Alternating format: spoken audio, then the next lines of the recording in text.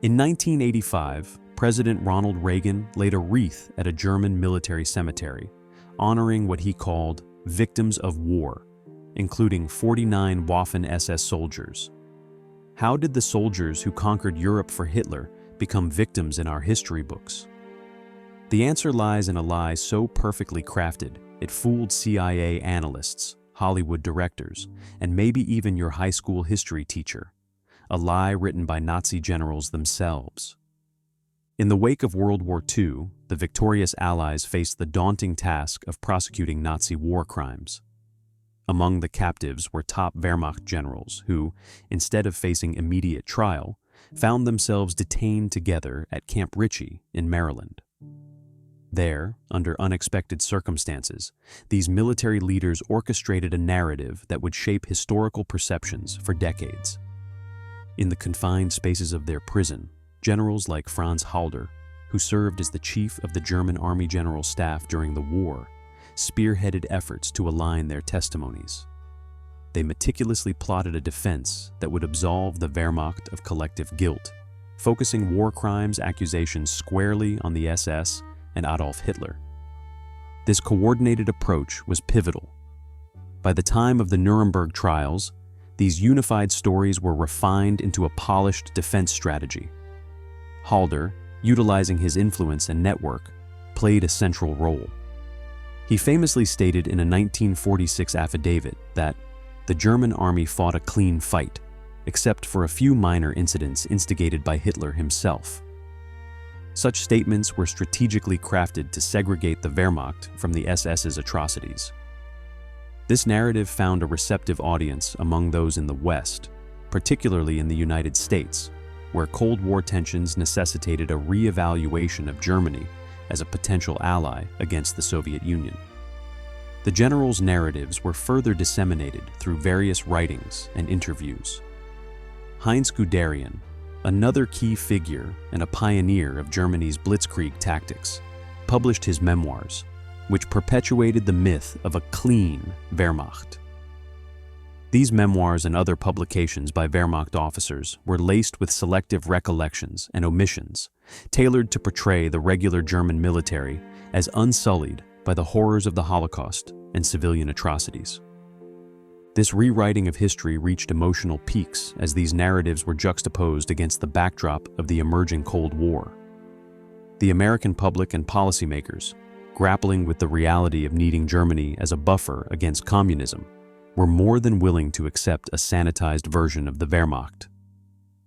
This acceptance was crystallized when, during congressional hearings in 1951, General Omar Bradley, a senior U.S. military commander during the war, echoed the sentiment of many American officials by dismissing the idea of a uniformly criminal German army. However, to truly sell their innocence, the Wehrmacht generals required more than just aligned stories and sympathetic ears in American corridors of power. They needed the broader American public and influential cultural mediators to accept and propagate their sanitized version of history. This need laid the groundwork for their narratives to permeate American media and education, reshaping perceptions of the German military's role in World War II for generations to come. In the wake of World War II, as the Soviet threat loomed large with the Berlin blockade of 1948, the strategic importance of West Germany to NATO's defense plan became undeniably crucial. In this climate of burgeoning Cold War tensions, the U.S. Army found itself in a peculiar position of recruiting former Wehrmacht officers to aid in crafting its military strategies against the Soviet Union. Among these officers, Franz Halder stood out prominently. As the former chief of the German General Staff during the early years of World War II, Halder was appointed by the U.S. Army Historical Division to author a comprehensive study on the Eastern Front.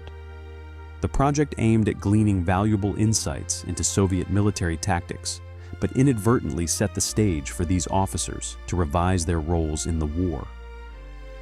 Halder, along with other Wehrmacht officers, worked meticulously on the military analyses, which not only detailed operational tactics, but also subtly painted the German military efforts in a more favorable light. This recharacterization suggested that the Wehrmacht was largely apolitical and primarily focused on strategic combat, conveniently understating the systemic military involvement in war crimes and the Holocaust. These narratives were later absorbed into mainstream academic and public discourses, significantly altering the perception of the German military's role during the war. By the mid-1950s, publications and speeches by these officers began echoing the sentiments of a clean Wehrmacht, which were further amplified by the lack of immediate public access to counter-archives and the pressing need of the Western Bloc to fortify Germany against communism. The influence of these rewritten histories reached its emotional peak when, in 1961, Halder was awarded the Meritorious Civilian Service Award by the United States, underscoring his and his colleagues' successful integration into the Western narrative framework. The award citation praised his contributions to the understanding of the Eastern Front, ignoring his World War II affiliations, and thereby completing his transformation from a Wehrmacht general to a respected Cold War analyst. This event marked a significant validation of the sanitized version of the Wehrmacht's history, which continued to be propagated amidst the geopolitical exigencies of the time. Armed with American typewriters and newfound credibility, these generals skillfully crafted a narrative that not only absolved them of their wartime roles, but also seduced Hollywood, leading to further perpetuation of the myth through popular films and television. This narrative reshaping served dual purposes. It sanitized their historical image and provided the U.S. with a staunch anti-communist ally in the heart of Europe, demonstrating a profound intersection of history, politics, and propaganda. As the Cold War intensified, Hollywood began to absorb and reiterate stories that pitted clear heroes against evident villains, a narrative style that conveniently aligned with U.S. anti-communist sentiments. Enter the 1951 film The Desert Fox, which portrayed General Erwin Rommel, played by James Mason, as an honorable soldier caught in the moral quagmire of Nazi Germany. The movie was based on the biography by Desmond Young, a British officer who briefly interacted with Rommel during the war. Young's portrayal, shaped partially by his own brief encounter and by accounts from German military officers, was instrumental in cementing Rommel's image as a chivalrous warrior opposed to Hitler's tyranny. This film, along with others like it, significantly contributed to the clean Wehrmacht myth by drawing a sharp line between the Wehrmacht, depicted as professional soldiers, and the SS, cast as the true bearers of Nazi evil. In reality, this distinction was far murkier. Many Wehrmacht units were directly involved in war crimes, a fact that was downplayed or outright ignored in such cinematic portrayals. Historical records and testimonies, such as those found later in Soviet archives, tell a starkly different story, highlighting the involvement of the Wehrmacht in atrocities such as the mass shootings of Jews and the brutal suppression of civilians in occupied territories. This rewriting of history was not accidental. Several Nazi generals and former officers served as consultants in film productions, ensuring a portrayal of the German military that could engender sympathy and admiration. The involvement of these consultants helped embed a sanitized narrative into popular culture, an effect that was magnified by the film's international reach and popularity. One poignant first-hand account that contrasts sharply with Hollywood's portrayal comes from a private letter written by a Wehrmacht soldier dated 1941, which details the soldier's unit participating in the massacre of a village in Ukraine under direct orders from higher command. This account, like many others, was suppressed during the Cold War, as both East and West had vested interests in the simplified narrative of good versus evil. The impact of films like The Desert Fox on public perception was profound. They offered a seductive simplicity that obscured the complex and uncomfortable truths of the war. For many years, audiences around the world cheered for the noble German officer, Rommel, who was depicted as standing boldly against Hitler, all while the real evidence of the Wehrmacht's complicity in Nazi crimes remained buried in archives, or dismissed as Soviet propaganda. This cinematic manipulation of history shows how powerfully film and media can shape public understanding and memory, often aligning more with contemporary political needs than with factual accuracy. The Wehrmacht's involvement in atrocities during World War II is starkly evidenced by the Barbarossa Decree, issued on May 13, 1941. This military directive, named after Operation Barbarossa, the code name for the Nazi invasion of the Soviet Union, explicitly removed legal protections for Soviet civilians and prisoners of war, sanctioning unprecedented acts of violence and brutality. The decree stated that no person in the occupied territories shall be immune from being punished by the German troops, effectively giving the green light for the Wehrmacht to commit crimes without fear of legal repercussions. The resulting impact was devastating. Historical records estimate that around 3.5 million Soviet POWs were murdered under the watch of the Wehrmacht. The complicity of the Wehrmacht in these war crimes is further documented through numerous first-hand accounts and military communications intercepted and archived by Allied forces. For instance, a communication from a Wehrmacht unit stationed near Kiev in 1941 coldly reports the execution of over 30,000 Jews in a single operation, carried out in conjunction with the SS. The report details the systematic rounding up of victims, their forced march to execution pits, and their subsequent mass shooting, a chilling operation that was part of a broader strategy of terror and extermination, endorsed and implemented by the Wehrmacht. This involvement was not limited to actions against Soviet prisoners of war and civilians. In territories like Greece, Yugoslavia, and Poland, the Wehrmacht enacted similar policies of terror. For example, in the Kragujevac massacre in October 1941, Wehrmacht soldiers executed nearly 2,800 civilians in retaliation for partisan attacks in occupied Yugoslavia. The massacre was meticulously planned and executed, illustrating the Wehrmacht's active role in such war crimes. A surviving witness, Milos Vasic, a schoolteacher at the time, recounted how soldiers methodically separated men and boys from their families, leading them away to their deaths. His testimony provides a harrowing personal perspective to the impersonal numbers. These actions were not isolated incidents, but part of a systematic approach endorsed by high-level military orders and a culture of impunity fostered by Nazi military policies.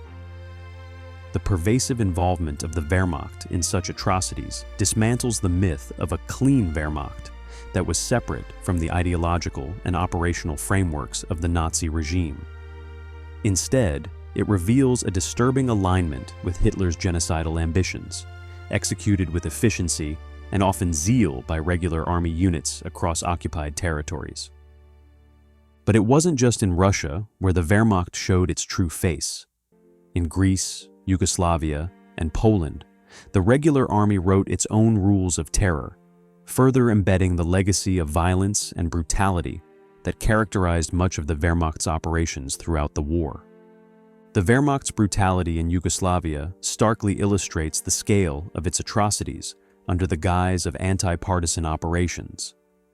By 1943, military directives no longer discriminated between partisans and the civilian population, leading to widespread massacres. In Kragujevac, Serbia, in October 1941, German soldiers executed nearly 2,800 civilians in a single day as retribution for attacks on German troops. This action was not isolated. Similar mass executions occurred across occupied territories. In Greece, the Distomo massacre of June 1944 saw 218 villagers slaughtered by the Wehrmacht, who left behind a village so decimated that it became a symbol of Nazi war crimes in Greece. These incidents were part of a broader strategy that equated guerrilla resistance with civilian complicity, thus justifying the industrial-scale murder of civilians. In Yugoslavia alone, scholars estimate that up to 1 million civilians were killed during the war, most at the hands of the Wehrmacht and SS units. The pervasive nature of these acts points to a systematic approach to what they called anti-partisan warfare, but which often amounted to genocide. For instance, archival records from the German military command in Yugoslavia detail an order that for every German soldier killed, 100 civilians were to be executed in retaliation. This policy resulted in numerous villages being wiped off the map, their populations decimated in cold blood. Historians like Edvard Radzinski have noted how these policies were not rogue actions, but directives from the highest levels of German command, intent on crushing any opposition through terror and violence. First-hand accounts from survivors and military documents add a grim depth to our understanding of these events. A report by a German officer in 1942 gloatingly detailed the burning of the village of Lidice in the Czech Republic, where men, women, and children were either shot or sent to concentration camps, their homes razed to the ground. This document chillingly noted, "The operation was carried out with exemplary efficiency and has had a salutary effect on the region." Such accounts reveal the chilling utilitarianism of Wehrmacht strategies, framed as military necessities. The emotional peaks of these narratives are found in the personal stories of the survivors. One poignant account from a survivor in the village of Oradour-sur-Glane in France, where 642 civilians were massacred in June 1944, recounts, "The men were herded into barns which were then set ablaze. The women and children were locked in the church which was then blown up." The horror of these tactics, designed to instill terror and suppress resistance, underscores the brutal policy of collective punishment enacted by the Wehrmacht. For 40 years, these numbers and stories stayed hidden or minimized in the narrative of a clean Wehrmacht. But in 1995, a pivotal German exhibition would finally force the nation to confront the reality of its grandfather's war, challenging the sanitized version of history that had been propagated for decades. This exhibition laid bare the direct involvement of the Wehrmacht in wartime atrocities, sparking a national reckoning with the past. When the War of Annihilation exhibition opened its doors in Hamburg in 1995, it became a pivotal moment in German historical consciousness. The exhibition showcased over 1,400 photographs and other documents, many taken from personal albums of Wehrmacht soldiers themselves, which starkly depicted their involvement in war crimes across Eastern Europe. This visual evidence shattered the long-held belief in the innocence of the Wehrmacht, revealing their participation in executions, mass deportations, and the grim realities of the Holocaust. The exhibition, curated by Hannes Heer and titled Vernichtungskrieg, Verbrechen der Wehrmacht, 1941 bis 1944. War of Annihilation, Crimes of the Wehrmacht, 1941 bis 1944, drew unprecedented crowds. Over 500,000 people visited, many of whom were the children and grandchildren of those same Wehrmacht soldiers. The reactions ranged from shock and disbelief to outright denial, but the overwhelming evidence presented forced a national conversation on a topic that many had previously refused to acknowledge. One of the most haunting images was that of a German soldier aiming his rifle at a mother holding her child, moments before their execution. This photograph, taken by an anonymous soldier, contradicted any narrative that the Wehrmacht was merely a regular army not involved in the Nazi regime's genocidal policies.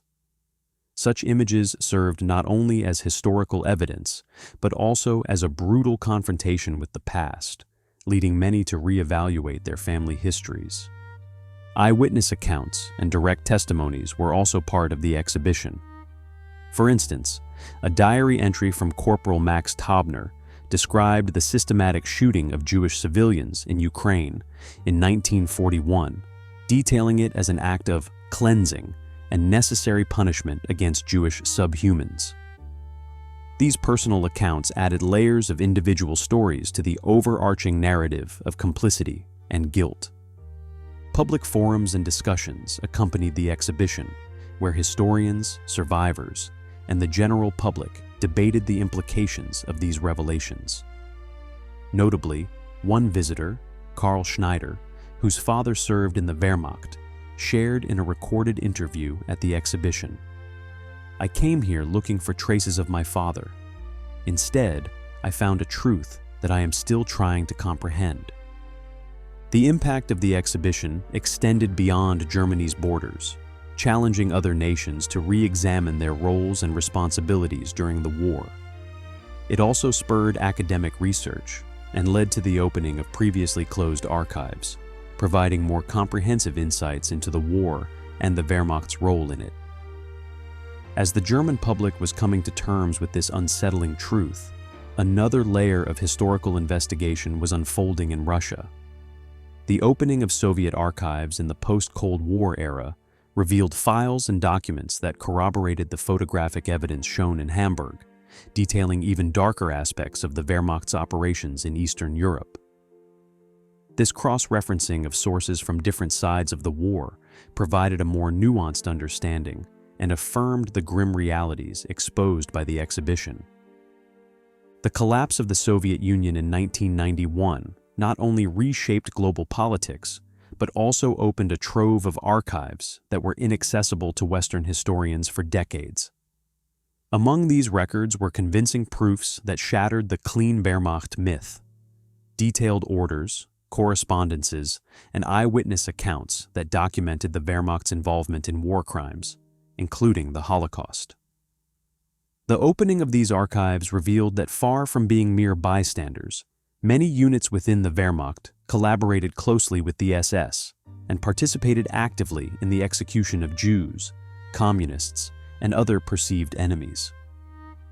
One poignant document found was a 1941 order from a Wehrmacht unit in Ukraine instructing soldiers to assist Einsatzgruppen, the notorious SS squads responsible for mass shootings of Jews. The order explicitly stated, "The Jewish Bolshevik system must be eradicated once and for all." Further evidence came from the personal diaries of soldiers and official military communications, which contained descriptions of mass shootings and the clear involvement of the German military in these operations. For instance, the diary of a Wehrmacht soldier named Helmut Gross vividly described the liquidation of a Jewish ghetto in Belarus, noting without emotion the systematic execution of men, women, and children. Historians also uncovered photographs taken by Wehrmacht soldiers themselves, which they sent home as war trophies.